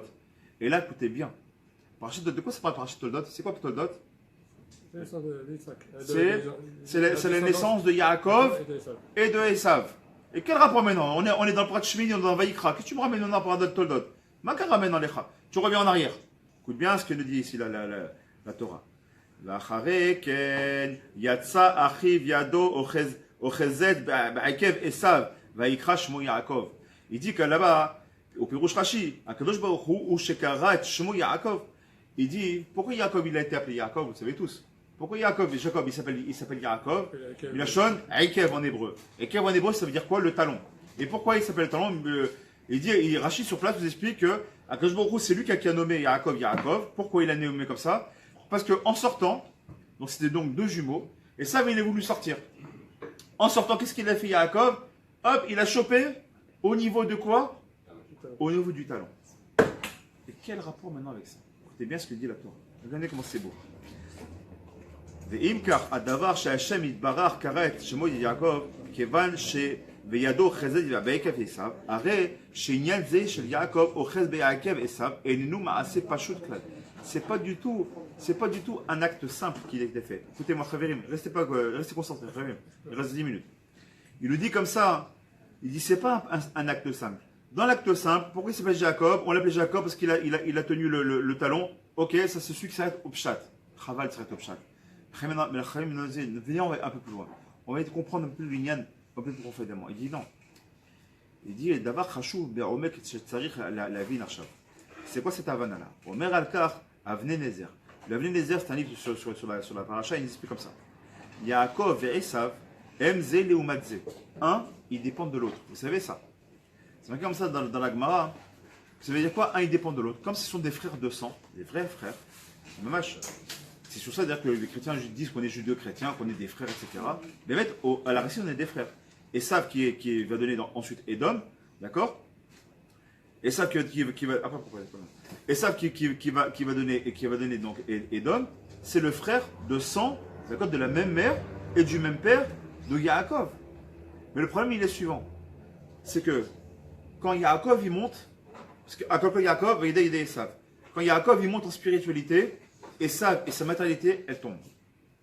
Quand Yaakov il quitte le monde de la Torah, au profit de quoi? Au profit de la matérialité qui n'est pas son monde, c'est le monde de Esav. Donc c'est à dire quoi? Il s'assimile. Qu'est-ce qu'il fait? Il tend à vouloir devenir comme Esav, donc automatiquement c'est les vases communicants. Quand Yaakov il descend, qu'est-ce qu'il fait automatiquement Esav? Il monte et il vient là. C'est ça qu'il explique ici. Zé Loumat Zé, un il dépend de l'autre, c'est-à-dire que il ne peut pas être au diapason l'un et l'autre. C'est automatiquement, s'il y en a un qui est en haut, l'autre il est en bas et inversement. Donc ça veut dire quoi? Il nous dit viens, regardez ce qu'il nous a monté Yaakov, notre père Yaakov, Abraham c'est Yaakov, on s'appelait les Bnei Israël, donc Israël c'est Yaakov. Pourquoi on s'appelle les Bnei Israël? Notre père, Yaakov venu à la Shalom, il nous enseigne quelque chose de très profond. Mes enfants, faites attention à Esav. Parce que Esav, il va vous montrer patte blanche. Il va vous montrer son talon. Regardez bien ce qu'il dit. Yaakov venu d'Avouk, Midat Haemet. Il dit comme ça, comme vous le savez très bien, Chesed, la bonté, c'est Avraham. La rigueur, le din, c'est Yitzhak. La Tiferet, le Emet, c'est qui? Ça représente qui? Ça représente justement Yaakov. Et pourquoi? Pour répondre à la personne, je ne sais pas quelle est la personne qui a parlé tout à l'heure du lèvre, on en revient un petit peu rapidement là-dessus. Parce que la recette, c'est quoi? C'est que la bonté. C'est quoi? Ça c'est Yaakov. Il n'était que bon. Est-ce qu'on s'appelle les Bnei Abraham? Non. D'un côté, on a le din. C'est qui le din? La rigueur, c'est qui? C'est Yitzhak. Est-ce qu'on s'appelle les Bnei Yitzhak? Non. Par contre, l'intermédiaire des deux, la jonction des dieux, c'est le chesed d'un côté, la rigueur de l'autre. On fait une jonction, ça s'appelle le Emet. C'est qui? C'est Yaakov. Et d'où on sort nous? On s'appelle les Bnei Yaakov, donc les Bnei Israël, parce que Yaakov est devenu Israël. Donc on est dans la lignée de quoi? Dans l'intermédiaire. C'est-à-dire que la Torah nous dit, ne sois jamais un extrême. Ne sois jamais un extrême gauche, ne sois jamais un extrême droite. Sois un centriste. C'est ça qu'on doit comprendre. Sois toujours au centre. Ensuite, il nous dit comme ça. Tu t'es aimé Yaakov, comme c'est marqué là-bas dans Micha. L'umato, Esav arashaou klipa asheker ve'aramaout. La klipa, l'écorce même du sheker. C'est marrant parce que c'est le devoir Torah du Rav ce matin d'ailleurs. Il parlait du Emet et du sheker Mina Shamaim. Le sheker, c'est qui? Il est représenté par qui? Par Esav. C'est pourquoi on dit que c'est un sheker? C'est à moi de dire que l'Occident c'est sheker? Non. Qu'est-ce qu'il faisait? C'est quoi la ramout? C'est être ramaï, c'est être un peu comme ça, un peu comme. Je sais pas comment dire en français un ramaï. Comment dire en français un ramaï? Un escroc un peu, voilà. En quoi il était un escroc? Quand il venait voir son père Yitzhak, qu'est-ce qu'il lui posait? Des questions sur la halakha, des questions sur le maaser. Je m'intéresse. Il parlait du maaser, de choses sur lesquelles on n'a même pas besoin de faire du maaser. Il faisait croire à son père quoi? Je suis un grand sadique, moi. Regarde, je te parle des. Et derrière, qu'est-ce qu'il faisait? Il allait avec les femmes, il allait chasser, il allait tuer. C'était un homme de sang, c'était un barbare en vérité. C'était un homme qui allait violer les femmes, qui prenait les femmes, qui violait des femmes mariées. Parce qu'il te dit ce chazir, c'est pas simplement qu'il est tamé le chazir, le cochon, revient à lui. C'est pas simplement qu'il est tamé, mais il te fait croire qu'il est tahor, il te fait croire qu'il est propre, qu'il est caché. Il me dit regarde, je l'ai savoir fendu. D'où tu sais toi qu'il est ruminant, pas ruminant? A priori, tu vois ce qui est visible. Les trois premiers, on voit qu'ils sont pas cachés, on s'en éloigne, on sait tout de suite, il a pas savoir fendu. C'est visible de l'extérieur. Le problème avec l'Occident d'aujourd'hui, qui est notre galoute, pourquoi la galoute elle continue malheureusement. D'ailleurs, la galoute elle continue, pourquoi? Parce qu'on ne se suffit pas de ça. On veut vivre comme Edom. On vit dans Edom, on vit dans l'Occident, et ça, c'est pas bon. Chez où Keneged Galout Edom, caché où chez Shakoul Keneged Kol Galouyot Kulan, parce que cette galoute-là, elle est plus grande que toutes les autres. Sheken En Lechad Davar caché Yotem Itantuma Anistere Betortara. Parce qu'il dit comme ça. Il n'y a pas une plus grande Touma que la Touma qui se cache derrière quoi? Qui se cache derrière la Tahara. Mais Chaverim, Kamos, Mechilal, mais ça me dérange, j'arrive du mal à concentrer 2 minutes. On a fini dans pas longtemps. Vous savez ce qui est dangereux? Parce que là on parle de quoi? On parle du Ham Israël vis-à-vis de quoi? Des Umot HaOlam et notamment du monde occidental. Mais Chaverim, venons on fait un break. On essaie d'émettre la mytho avec nous-mêmes. De qui est-ce qu'on parle ici? De qui est-ce qu'on parle? On parle de nous. On a notre kippa, notre barbichette, notre tzitziyot. Et ça, en plus, encore une fois, c'est un problème très français et très américain. Bémet, comme par hasard. Très occidental. Ça ne nous dérange pas. Ça veut dire quoi? Ça nous dérange. Mais on le sent sans croire qu'on fait du mal. Ça ne nous dérange pas. Dites-moi si je me trompe. Mais ça ne nous dérange pas avant quoi. Moi, maintenant, on a un peu fait de chouva. Un petit peu. Mais rappelez-vous combien on était avec notre kippa. Et on est dans les soirées feuilles. On avait la kippa. Et attends, kippa blanche, parce que tout le monde la voit. Et j'ai fait chouva et travaillé, moi. Et j'ai ma gonzesse ici, mon truc là, et je dansais sur la fin comme ça, en plein soirée. Il y avait des gonzesses qui étaient à moitié à poil, et moi j'avais ma kippa, et mon titi qui était dehors. J'étais content, j'avais fait chouva. Ça vous parle? On a la barbe, je vois certains, sans juger, mais alors c'est mitziou, c'est des réalités. Ils ont la barbe, leur redingote, et tu les vois rentrer avec leur femme dans la plage. Mais où tu vas? C'est pas une plage séparée où tu vas? Tu dis, c'est pas. Monsieur, ça m'arrive, mais là, c'est pas une plage séparée ici. Regarde, de quoi tu te mêles? De rien, excuse-moi, je croyais juste que tu t'étais trompé, c'est tout. C'est moi qui baissais la tête. Le mec, il a la kippa, il a là-bas, il a tzitziyot, il est en plein milieu de la plage, ils sont séparés. Encore une fois, je ne juge pas. Mais ça veut dire quoi? C'est qu'en vérité, ce truc-là, il est en nous. C'est-à-dire qu'en vérité, ce chazir-là, il est en nous, bémet. C'est-à-dire que ça veut dire quoi? C'est-à-dire que nous, on a une extériorité juive, on vit notre judaïsme. Alors, il y a pire que ça. Pendant 11 mois et demi, t'es un super chazak gamour, t'es la boubotte de ta ville, t'es le Moshe Rabbeinu de ton quartier. Pendant 15 jours, tu descends à Eilat ou tu descends à, comment on l'appelle là-bas, à Juan-les-Pins, il n'y a plus de kippa, il n'y a plus de fila, il n'y a plus de trucs, tu pars en boîte de nuit. Ah, ça va, c'est les vacances. Et quand tu reviens, ah non, attends, mais c'est moi, maintenant c'est les slichot, je reviens dans la oh, Habibi, t'es juif caché à Madrid pendant 11 mois et demi, et pendant 15 jours, c'était. Mais où tu es? Dehors, c'est pas pareil. Là, tu dis ça, c'est pas ce qu'on disait nous. Quand on mangeait, ah non, chez moi, tout est cachère. Et pourquoi dehors tu manges pas cachère? Ah mais chez moi je regarde. Ah non, chez moi tout est cachère. Et dehors c'est. Ah non, c'est pas pareil. Ouais, dehors ça va. Mais mec, si on est émettre avec nous-mêmes, bon, Zachinou, on a fait un peu de choix là-dessus. Encore une fois, je ne suis pas là pour juger. Je suis là pour expliquer certaines choses, pour nous dire que Béhémet, ça, ce que je suis en train de dire là pour le peuple, dans la globalité, dans le clan Israël, c'est aussi dans la pratique, c'est aussi dans le détail, dans chaque individu, on le vit comme ça. Et Bémet, on est comme ça. Aujourd'hui, on montre qu'on est religieux. On montre qu'on sait étudier. Mais Habibi, c'est bien d'avoir ouvert un livre. C'est bien d'avoir étudié Ochot Sadikim, d'avoir fait le Rav d'Esther, le connaître par cœur. Mais excuse-moi, si tu n'es pas Toho Kevaro, ne fais pas, n'étudie même pas. Tu es en train de faire un Chiloul Hashem. Tu es en train de faire un Chiloul Hashem. Parce que si au moins tu es mettre la mytho, et ben tu es dehors comme tu es dedans. La différence entre le gazlan, d'accord, entre le voleur, celui qui fait celui qui ganave, et celui qui est gazelle. Il y a celui qui vole en pleine nuit parce qu'il a peur du regard des hommes, mais il s'en fout que Dieu le regarde. Il y a celui qui fait le hold-up en pleine journée. Le l'eau, des hommes et de Dieu. Moi, je crains personne. Mais au moins, il est met avec lui-même. Il craint personne. Mais celui maintenant qui craint les hommes plus que Dieu, mais où il est ce garçon-là? Le Chaverim, cet homme-là, c'est nous. Cet homme-là, c'est nous. On est capable de jouer les grandes sadikim quand on est à la synagogue. Mechabed le Rav, Mechabed nos Chaverim, Mechabed les femmes de Dakeïla. Bonjour, je te laisse passer. Pourquoi ta femme, tu ne laisses pas passer la première? Pourquoi ta femme, tu ne la sers pas en premier? Pourquoi tes enfants, tu n'aimes pas, tu es sur pédestal, tu dis ah, Zed Tzadik, Moshe Yad Tzadik, Baruch Hashem. Pourquoi ton fils, tu dis que tu ne l'appelles pas Tzadik? Pourquoi tu n'es pas capable de sortir les mêmes mots? Pourquoi quand ta femme, elle rentre à la maison, tu ne te lèves pas devant elle? Bon, moi, je vais me lever, c'est moi l'homme, c'est lui qui doit se lever. Et Habibi, on n'est pas chez les Arabes ici. Ta femme, elle rentre, c'est la princesse qui rentre, lève-toi. Cette femme-là, tu sais pourquoi c'est une princesse? Parce que grâce à elle, tu fais pas Azra Batala. Parce que quand tu rentres, tes enfants ils sont propres, c'est grâce à elle. Quand tu rentres, ta maison elle est propre, c'est parce que quand tu es au travail, quand tu rentres, ta maison elle est nettoyée. C'est qui? C'est ta princesse qui est à la maison qui s'est tapé tout ça. Tu dois te lever, de l'embrasser, même les mains. Parce que chez nous, le mot Gever, qui veut dire l'homme, le Gever, c'est Gever. Ceux qui ont rien compris, ils croient que c'est le Gever, c'est celui qui a les gros biceps et les pectoraux qui va marcher comme ça dans la rue. Non, le vrai Gever, on l'a dit. Gever, rabais, c'est pour acheter votre de quoi? Gimilut Rasadim, Baishan et Rahman. C'est celui qui va donner à l'autre, qui fait du recède. C'est celui qui a honte. Qui je suis moi? Birkla, je baisse la tête. Reste à ta place, Habibi. Tu connais un peu Torah alors, tu crois? Il y en a des milliards qui connaissent la Torah 10 fois. Il y en a qui ont 8 ans. Moi, chez chacun en face de moi, il me prend, il me fait tourner comme un soleil en prenant les barrages, je n'arrive même pas à le suivre. Qui je suis moi? Tais-toi, reste à ta place. Il faut être Baïchan. Vous savez comment on a dit le Shabbat dernier? Je vous ai dit, vous êtes ceux qui étaient là Shabbat. C'est marqué là-bas dans la Torah, dans Rashi. Vous avez vu dans Rashi? On voit que Moshe Rabbeinu, il dit à Aaron, Karov la misbéar, approche du misbéar et fais le korban. Rashi, il dit pourquoi il est obligé de dire ça? C'est le Kohen Gadol, il sait pourquoi il est là. Non. Il dit là-bas, Lama tabosh. Moshe Rabbeinu, il dit, Rashi dit au nom de Moshe Rabbeinu, Lama tabosh. Pourquoi t'as honte?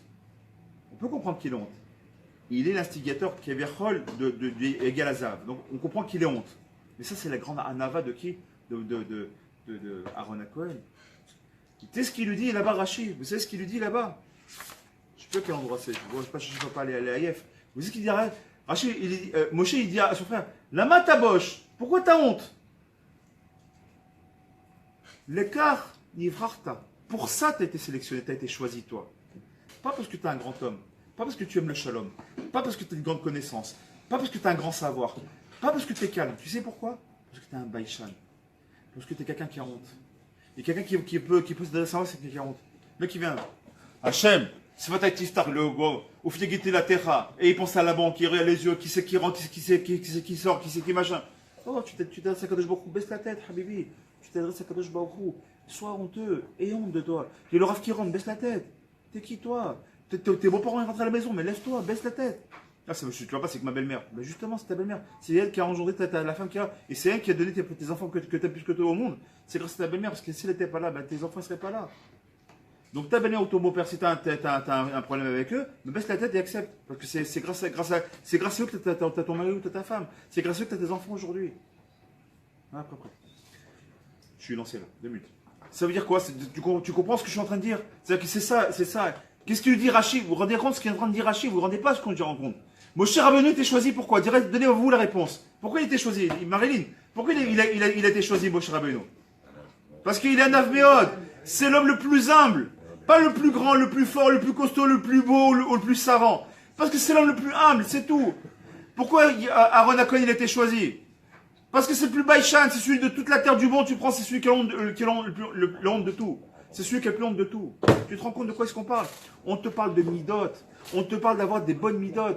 Donc en vérité, comme quelqu'un qui a de la Torah, mais qui n'a pas de bonnes midot, Chaverim, quelqu'un qui a de la Torah, qui balait Torah, mais il n'a pas de retz, sa Torah, elle vaut 0. Et je pèse mes mots, parce que ces mots, ce n'est pas les miens, c'est le Drachamim. Quelqu'un qui est une redingote et qui connaît tout ce chasse par cœur, il ne vaut pas plus que nous, Chaverim. Vous savez pourquoi? Parce que l'effort, nous, on essaie de travailler sur notre savlanout, sur notre patience, sur notre colère. On essaie d'avoir un petit peu honte, on essaie d'être un petit peu plus anav, on travaille un peu sur notre radinité, on essaie de donner un peu plus. Mais tu sais qu'aux yeux d'Hachem, c'est plus grand que tout. Et c'est pas pour rien, Chaverim, qu'on va lire les Pirkei Avot maintenant. Faut t'enseigner. Mais tu sais quoi? La preuve de ce que je dis? Vous l'avez la preuve. C'est quoi la preuve? Noir sur blanc. 24 000 Tanaïm. 24 000 Tanaïm qui sont morts pendant 33 jours. 24 000 élèves de Rabbi Akiva. Divisé par 33, ça veut dire plus de 700 Tanaïm qui mouraient par jour. Tanaïm. Un Tana, je le rappelle, il est capable de dire Triat Ametim. Mort, lève-toi, t'es vivant. C'est de quoi on parle. Et vous savez pourquoi? Parce qu'ils ne sont pas donnés du kavod l'un et l'autre. Pas qu'il n'y avait pas de Torah, manquer de kavod. T'as pas d'eretz. Avec les cas qu'on t'enseigne maintenant pendant 4 semaines, pardon, 6 semaines. Parce qu'il y a pire kavod. Pendant 6 semaines avant matin de Torah, tu reçois la Torah. Attends. Tu reçois la Torah, attends la Torah. Mais là, tu côté Shavuot, c'est après. Pendant 6 semaines, travaille tes midot. Travaille tes midot, parce que si t'es pas un Keli Kiboul, tu sers à rien. Tu travailles pas sur tes midot, ta Torah, je la veux pas. Elle lui dit, tu pues. T'es quoi? T'es un reptile. T'es un rampant, t'es un chazir, tu vaux rien. T'as l'extérieur qui est caché, mais tu te mets à l'intérieur, t'es pas caché. Je te veux pas, t'es pas Toho Kevaro. T'es pas Toho Kevaro. Tu dis les choses, mais tu les vis pas. Tu m'intéresses pas. T'es un Khazir, t'es un Idom. T'as été hellénisé, tu le restes. Quand est-ce que tu vas sortir de ta galoute? Quand est-ce que tu vas dire, Habibi, ça suffit? C'est vrai que je peux faire des études, il n'y a pas de problème. Mais passe pas la Torah avant les études. Passe sur l'inverse. Tu passes pas les études avant la Torah. Tu dois étudier, va étudier. Tu dois travailler, va travailler. Tu n'es pas fait pour rester être un avraire, c'est mon cas. Je peux pas rester, j'arrive pas. Ma femme, elle n'est pas prête à ça. Très bien. Mais va étudier un petit peu. Travaille tes 8 heures et va étudier. La journée, tu travailles, va étudier la nuit. La nuit, elle est faite pour ça, elle n'est pas faite pour dormir. Qui a cru que la nuit, c'est pour dormir? Il y a que les fous qui croient que la nuit, c'est pour dormir. La nuit, c'est pour étudier. C'est marqué noir sur blanc. C'est marqué Vegata les Vanecha. D'accord? Et tu étudieras, et jour et nuit là-bas, c'est marqué tu étudieras. Comment c'est marqué là dans Passouk? Yom Velaïla. Yom Velaïla. Et tu étudieras jour et nuit, c'est marqué. C'est pas marqué que le jour. Oh. Alors dors un petit peu, tu as besoin de dormir. Tu vas étudier, Habibi. T'as pas la chance d'étudier la journée, étudie la nuit. Il faut bien trouver un moment. Aujourd'hui, on peut l'écouter. En plus, comme tu dis, aujourd'hui, pour Hachem, on a le mérite, comme ceux qui nous écoutent, les équipes qui sont derrière. Tu peux étudier un Dvar Torah. La femme, elle fait sa vaisselle. Comme tu écoutes Dvar Torah. Moi, je n'ai pas honte. Tous les samedis après-midi, je mets comment ça s'appelle, le Rav Zendloum sur mes oreilles. Je mets mon téléphone. Je mets les osniotes. Tous les vendredis après-midi. Et qu'est-ce que je fais? Je fais la sponge à la maison. Je fais ma terrasse. Et je le dis, les rois de Shabbat Kodesh, je vais nettoyer toute ma terrasse. Et j'écoute pas, je fais la terrasse. Pendant que je fais la terrasse, en même temps, j'écoute. Bon, Hachem, c'est un script que tu as. C'est un script, la Shabbat Kodesh. Tu sais, les Tanaïm, mon ami. Parce que mon ami Kabos, il dit en rigolant, il me dit, maintenant tu vas venir faire travailler. Vous savez que les Tanaïm, ils arrêtaient. Regardez la Gemara Shabbat. Toi, tu connais Gemara Shabbat, Rabbi Avraham. Moi, je te dis, les Tanaïm, on énumère les Tanaïm qui coupaient du bois, eux-mêmes, ils couraient couper du bois. L'autre, il courait au puits pour laver sa vaisselle. L'autre, il coupait dac les légumes. Qui on est nous? Les Tanaïm, ils arrêtaient d'étudier pour aider leurs femmes. Quoi? Il y a un Shabbat Kodesh. C'est une avodat Hashem. Mais comprenez bien, vous savez que c'est bien, tu fais beaucoup ici. Vous savez ce qu'il disait le Chazonish? Ce matin, il a dit le Rav Toutou. Le jour, il a donné beaucoup d'astra qu'aujourd'hui, en plus, Misrut Nefesh, il est encore à Tel Aviv ce soir. Ce matin, il a dit le Rav. Le Chazonish, il s'assied une fois à une table à parler avec un Chiloni. De parler de la pluie du beau temps. Ses élèves qui ont dit, Rav, le Chazonish, 5 minutes du Chazonish, qui sont études de Torah, c'est un monde, c'est pas rien. 5 minutes de moi. Moi, 5 minutes de moi, ça vaut rien peut-être. Encore, je suis même pas sûr. Mais 5 minutes du Chazonish, c'est sûr que ça vaut beaucoup. C'est une évidence. Vous savez ce qu'il a répondu, le Chazonish? Chaz Shalom, de parler comme ça. Vous croyez que j'ai fait Bitul Torah? Chaz Shalom. J'ai fait du moussard à un juif. J'ai écouté un juif parler. Écoutez un juif qui parlait de la pluie du beau temps, encore une fois. Un juif qui te parle, qui a besoin de parler. Tout Chazonish qui sait, il s'est assis à côté de lui. Pendant 5 à 10 minutes, il a écouté parler. Il a fait la misère du tracé de parler avec un juif. Qui on est nous? On est mieux que le Chazonish. Chaz Shalom.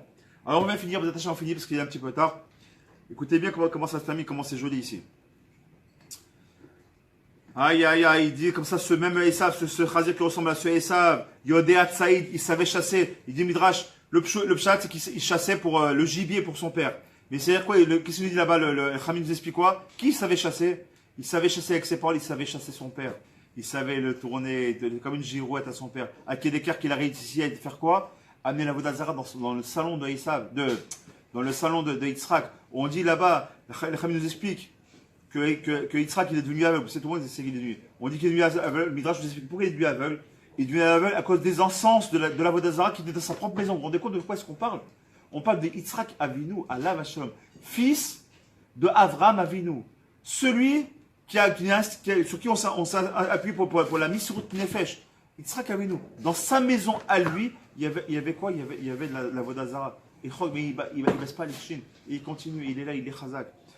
Aïe, וזהו שבגלו לנו את התורה הקדושה, ואחרי כן יצא אחיו וידו החזת בעקב עשיו, ויעקב אבינו תכף כי יוצא להעביר העולם מראה לנו באצבעו, ואוחז בעקב עשיו, כאומר לנו, il nous dit comme ça en prenant le talon d'Esav, אל תאמינו בסימן טהרה של החזיר הזה.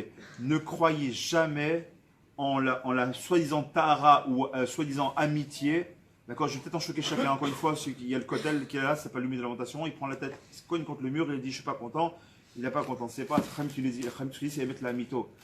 c'est une halakha. Une halakha. Quand c'est une halakha de manger kasher, c'est une halakha qui nous dit Esav sonnait et Yaakov. Esav, il déteste Yaakov. Ça, c'est une halakha que tu dois connaître, que tu dois savoir. Parce que tu ne te trompes pas. Tôt ou tard, il finira par se retourner. Et on l'a vu. Le plus grand des pogroms, ce n'est pas les musulmans qui nous l'ont fait. Ça, c'est que les derniers jours. Les plus grands des pogroms, on les a connus avec les Cosaques, qui sont plutôt du monde du Esav. Ce sont Isabelle la catholique. Ce soit en Espagne, ce soit au Portugal, ce soit Laura Arthur, ce soit les croisades. C'est qui tout ça? Ne vous trompez pas, que ce soit les Grecs, que ce soit les Romains. C'est qui? C'est le monde du Khazir, c'est le monde de qui? C'est le monde de Édom. Il ne faut pas se tromper. Il ne faut pas se mêler la vase. Et encore une fois, même les Allemands qui nous ont ouvert la porte grande ouverte, jusqu'à aujourd'hui, maintenant, ils ont réouvert la porte.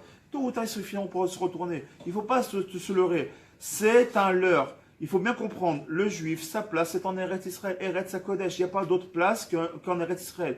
Il faut prier pour nos frères qui n'ont pas compris ça, ou qui ne peuvent pas y arriver tout simplement. Prier pour Bezat Hashem, ils aient le souhait aujourd'hui de rentrer en Eretz Hakodesh, Bezat Hashem. Et il nous dit, et donc qui nous a enseigné ça, c'est pas moi. Yaakov nous a enseigné ça. Mes enfants, je prends ce Khazir-là qui s'appelle Esav, parce que ses descendances vont faire du mal à ma descendance. Les descendances de Esav vont faire du mal à la descendance de Yaakov. Et on les vit encore aujourd'hui. Et donc il nous dit, faites très attention. En emuna bagoïm, ça c'est aussi marqué dans la Gemara, c'est pas moi qui l'ai fabriqué, j'ai rien écrit. En emuna bagoïm. Tu peux pas avoir une emuna parfaite, une foi entière, pleine et entière. Un goy, tôt ou tard, il finira par se retourner contre toi. Tu peux monter et descendre. La même boulangère qui te dit bonjour monsieur Moshe, c'est la même qui appelait derrière les nazis. J'en tiens un, venez, il habitait à tel ou tel endroit. Ça c'est l'histoire qui nous le dit. Vichy, c'est pas si loin que ça. Et aujourd'hui, ouvrez vos yeux, regardez ce qui se passe en Israël. Des millions de morts en Syrie. D'accord, mais si je suis pas politique. Des millions de morts d'enfants, encore 150 morts gazés. Parce qu'il n'y a pas d'autre mot. Gazés. En Syrie, qu'est-ce qu'on regarde? C'est pourriture de terroristes qui ont voulu rentrer. Et qu'est-ce qu'on condamne? Les 5 ou 8 morts là, de terroristes qui ont voulu rentrer. Tu ne condamnes pas sur Assad qui a un Hitler en puissance. Vous savez que le Rabbi Tzrak Yosef, Hatzadik, le fils du Rabbi Yosef, il a dit qu'on est chayavim en tant que juif. On est chayavim, on a le devoir d'aller aider le peuple syrien. On a le devoir. Parce que ce sont des enfants qui meurent. J'ai vu des photos, mais c'est à vomir ce qu'on voit. Comment le monde peut se taire? Ah, mais il n'y a pas de Palestiniens, regarde quoi? Avec les Palestiniens, tout le monde n'en a rien à faire. Tout le monde n'a rien à faire.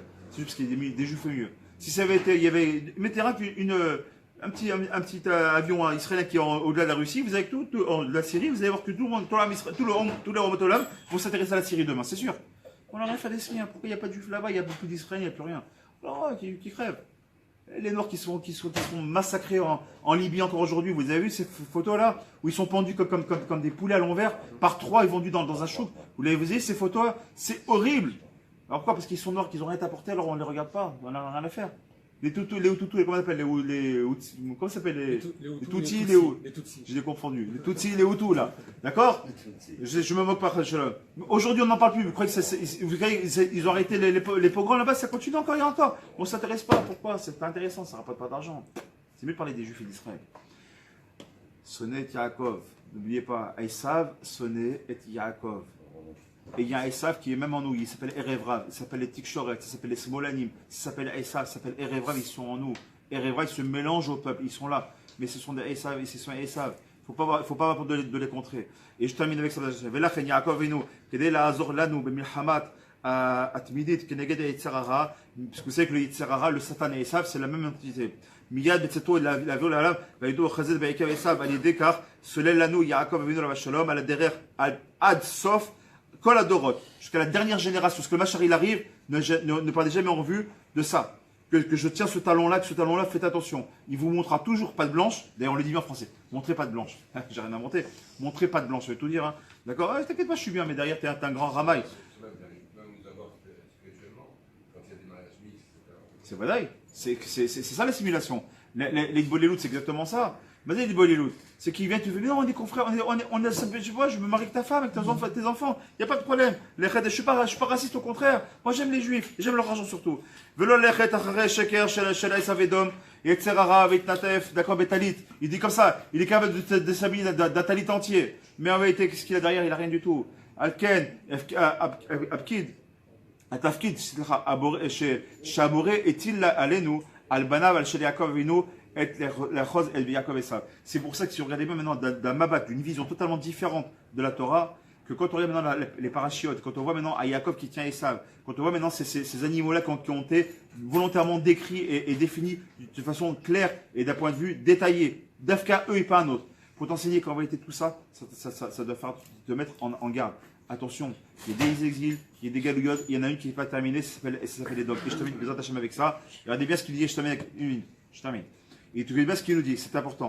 Il veut nous ramener maintenant le gun de Vilna. Il veut nous ramener, je sais ce qu'on a fait Shabbat, donc je termine avec ça, il va nous ramener maintenant la Gemara Yoma. Écoutez bien ce qu'il dit, je n'ai pas le temps de la faire, je vais sortir la Gemara, je la refais pour pas lui faire Bisayon, parce qu'il y a un petit passage, mais bon, je suis un peu pressé par mon ami Kamos, donc j'avance, et puis c'est vrai qu'il est un petit peu tard. Bon, Hachem. Écoutez bien ce qu'il nous dit. Regardez ce qui est marqué dans la Gemara Yoma, ça fait peur, ça est bête, ça fait trembler. Écoutez bien la Gemara Yoma, comment on peut la lire aussi de façon différente. Omer Agon Mivina, il dit là-bas,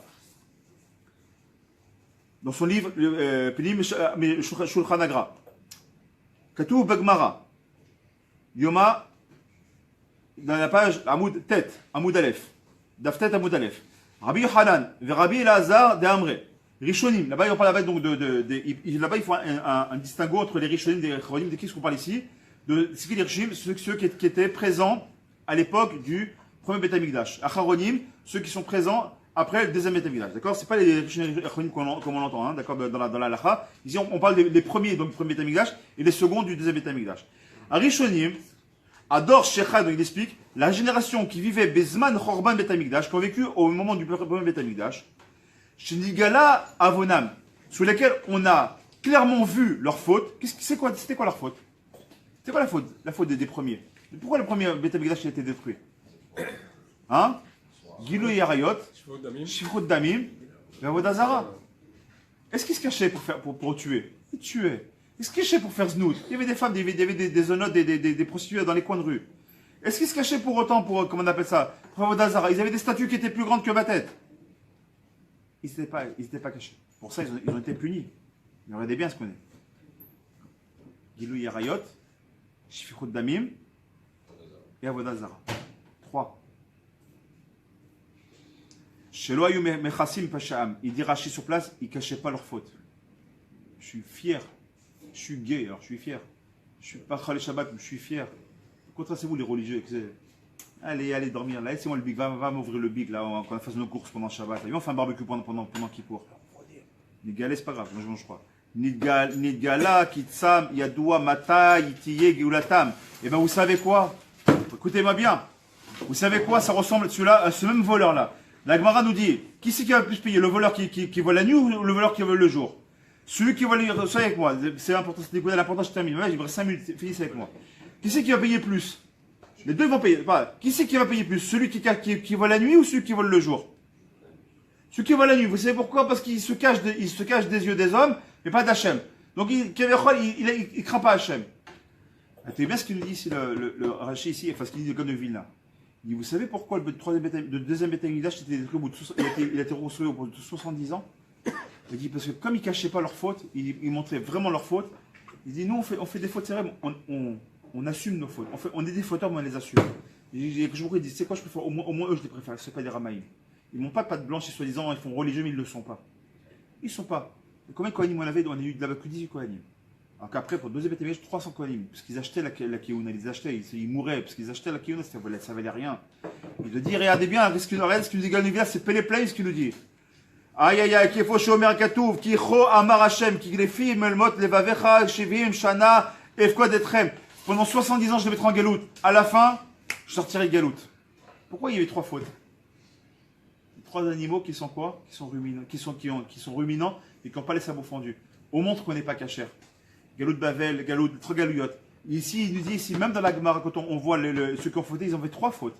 D'accord? Ils ont versé le sang, ils faisaient la voie d'Azara, ils servaient les cultes étrangers, et ils faisaient Gilou Yarayot, et ils faisaient la débauche. Mais ils le montraient. Comme quoi? Comme ces animaux qui montrent qu'on n'est pas cachère. Vous, les galouillottes, elles sont terminées. Ces galoutes-là, elles sont finies. Le deuxième Beth Amikdash, au bout de 70 ans, a été construit. Maintenant, le dernier Beth Amikdash, c'était quoi? Pourquoi est-ce qu'on a été détruit? Quelle est la faute du deuxième Beth Amikdash? C'est la haine gratuite. Mais ce qu'il vous dit, c'est quoi la haine gratuite? Oh, mon ami Zéligman, comment tu vas, mon frère? Il tourne le dos. Quel pourri, ça, je peux pas voir la dégaine qu'il a, ce vieux schnock, je le déteste. Très jeune homme, c'est mon ami, mon frère, mon grand frère, au Hachem. C'est ça, c'est un triangle. C'est-à-dire qu'il y a un grand sourire devant et derrière, il te plante. C'est quoi? C'est Khazir. Parce qu'aujourd'hui, on a le troisième Beth Amikdash. 2000 ans de galoute. Le premier, 70 ans de galoute seulement, et on a le deuxième Beth Amikdash. Pourquoi? T'as fait quoi? Mais t'as violé, t'as tué, t'as fait Vodazara. Oui, mais tu l'as montré des Pharésia. Au moins, t'es Toro Kevaro, au moins tu montres le Hémet. Tu montres que t'es Hémet. Le Hémet, c'est le sceau du roi. Le sceau d'Hachem, on l'a dit encore ce matin avec le Yetz. Le sceau du roi, c'est quoi? C'est le Hémet. T'es Hémet. Au moins, t'es Hémet. Au moins, t'es Hémet. Tu vas payer, tu vas payer. Je détruis le Beth Amikdash, c'est vrai. Pogrom, il y a eu. Mais, maintenant, faites tes chouvas. D'ailleurs, Dechaga, il dit parce que j'y pense, il dit comment ça s'appelle, le Medel Chassidounou, Medel Chassidou. Breslev, Non, le Medel Chassidou. Lubavitch, Tout le monde. Il me semble. Baal Shem Tov. Ah, je t'en chez regarde. Le Baal Shem Tov Akadosh. Le Baal Shem Tov Akadosh, il dit, c'est quoi, comme c'est marqué Shuvah Hashem. Comme on dit, Shabbat, c'est pas, en fait, c'est pas Shabbat Teshuvah, c'est Shabbat Shuvah. Shuvah l'Hashem, d'accord, la Shuv, comme le mot Shabbat. Shabbat, il vient du mot la Shuv. Shabbat, c'est un mot propice sur Teshuvah. Il dit, c'est quoi le mot Shuvah? Il dit, c'est quoi? C'est les mêmes lettres que le mot Boucha. C'est quoi quelqu'un qui fait Teshuvah? C'est quelqu'un qui a honte de ses fautes, dit, oh, comment je peux faire? J'ai honte de moi, comment j'ai pu faire une telle erreur? Il fait Teshuvah, pourquoi? Parce qu'il a honte de lui. Shuvah, revenir vers Hachem, c'est le mot Boucha. Tant que tu n'as pas honte de ce que tu es, tu peux faire, tu peux faire. Quelqu'un qui est comme ça, allez, lâche-moi, je fais ce que je veux, Dieu est dans mon cœur, je suis même plus religieux que vous, moi, qu'est-ce que vous croyez? Je dis, il pourra faire Teshuvah. Pourquoi? Il est satoum encore. Quand tu as honte de tes actions, comment tu peux agir bêtement comme ça? Quand tu as honte de tes actions, il dit le Baal Shem Tov, quand il dit Boucha avec Shuvah, c'est les lettres, c'est pas pour rien. Pour dire, seulement quand tu as honte de toi, alors tu peux largement avec Shuvah. C'est pour ça qu'Aaron a été choisi. Je reviens sur Mounian ici, il dit maintenant, quand ils avaient Sinatrinam, ils montraient quoi? Patte blanche. Tout le monde il est tzadi. Tout le monde ils achetaient la Keuna au plus cher. Choufouné Yanes, tous ceux qui comprennent le Yiddish. J'ai de l'argent, allez. J'ai acheté l'ouverture du Echal. Je l'ai ouverture 10 000 shekels, 15 000. Vous m'avez vu, les photos. Ça y est, c'est moi, j'ai acheté. Tu crois que tu vaux quoi? Mais qu'est-ce que tu vaux? Tu vaux rien. Ce petit monsieur qui avait dans ce cœur de vouloir acheter, mais il n'a pas pu parce qu'il n'avait pas l'argent. Que je me dis c'est comme s'il avait acheté la porte de la Parnassa. Parce qu'il avait Bémet, il avait vraiment envie de le faire. Sans trompette sans trompette ni projecteur. Il voulait le faire Bémet pour les chefs Shamim, pour la Torah elle-même, pour la mitzvah elle-même. C'est ça qui recherche Hachem. Et tu sais quoi, on a la preuve avec ça. C'est ça qui dit le gars de Vilna, pas moi. Il dit pourquoi la première? Parce que il te dit la Sinatrinam qui négait les 3 fautes. Mais elle est mauvaise. Et pourquoi elle est mauvaise? Parce que 2000 ans d'histoire et on n'a toujours pas trouvé Beth Amikdash. Il dit parce que c'est le Khazir. Vous comprenez tout ce qui veut nous enseigner, cette Gemara-là, qu'est-ce qui nous enseigne ce Midrash-là, quels sont ces animaux-là, la Torah elle-même, tu enseignes tous ces animaux. Pourquoi on a compris tout ça? Pourquoi Yaakov a tenu le talon d'Esav? Pourquoi maintenant, même la Gemara, elle nous a été rapprochée comme ça? Combien on a compris aujourd'hui? Donc on doit comprendre une chose. Ne sois pas comme un Khazir. Au niveau du clan, au niveau du peuple, ne rentre pas dans l'assimilation des peuples. Tes juifs soient fiers de l'être et vivent selon les lois d'Hachem. Et ça, tu verras que tout va s'ouvrir devant toi. Mais dans le prat, ne sois pas un faux religieux. Ne sois Toho Kevaro. Quand tu dis, même moi, quand j'essaie de dire une fois, ils sont tellement ceux qui étudient avec moi, chaque fois je commence toujours ce CEO, et je prie à Kadosh Baruch Hu d'être Toho Kevaro, que ce que je dis qui sort de ma bouche, j'espère le vivre, pas j'espère. Tant que je le vis pas, je le sors pas de ma bouche. Et j'essaie de le vivre au mieux que je puisse. Pourquoi? T'es pas Toho Kevaro, mais t'es un Khazir. T'es pas plus qu'un Khazir. Mais l'avantage du Khazir, c'est quoi? Le mot Khazir, c'est comme un ifil. D'accord? Il y a, Marzir Kesef, d'accord? C'est rendre de l'argent. D'accord? C'est rendre quelque chose. D'accord? L'arzor, c'est revenir soi-même. D'accord? C'est l'arzor. C'est moi qui viens, je reviens. L'arzir, c'est un ifil, c'est une action. C'est quoi le mot Khazir? C'est pas moi qui vient. Parce que le mot Khazir, il vient du mot justement. L'arzir, tu finiras par faire tes chouvas. C'est vrai que c'est pour ça que la Mara nous dit que quand il y aura le Mashiach, lui-même fera tes choix, il sera gachère. Parce que même ces chrétiens d'aujourd'hui finissent par comprendre que le Hémet, il est dans la Torah. Et ces chrétiens qui sont au départ des vrais juifs, qui ont pris le mauvais chemin en faisant un Nouveau Testament, ils se trompent, ils le savent qu'ils se trompent. Ils voient très bien aujourd'hui que l'église elle est fausse, que tout ce qu'ils ont c'est des ch'touillottes, c'est Evel Avalim. Ces gens-là, j'espère qu'ils font tes chouvas, sans devenir juifs pour autant, qu'ils fassent les 7 lois noires, c'est ça qu'on leur demande. Si eux ils viennent, ma chère, il viendra parce qu'il faut savoir que nous, on doit être les lumières des nations. Et les nations doivent reconnaître Akadosh Baruch Hu. Quand tu auras ça, le Mashiach viendra. Quand le Mashiach viendra, alors on sera tous reconnaissants de ça, Bezat Hashem. Je veux qu'il fasse que le Mashiach qu'il soit avant la fin du mois de Nissan et qu'on soit Bezat Hashem Tochokero. Rabbi Hana ben Kashor Meratsak, je vous le dis, Israël, Firach, Irba, Em Torah, Shnema, Rana Havzman, c'est quoi, il dit Torah, Vedia Kalish, Al Israël, est-ce qu'on est mignon?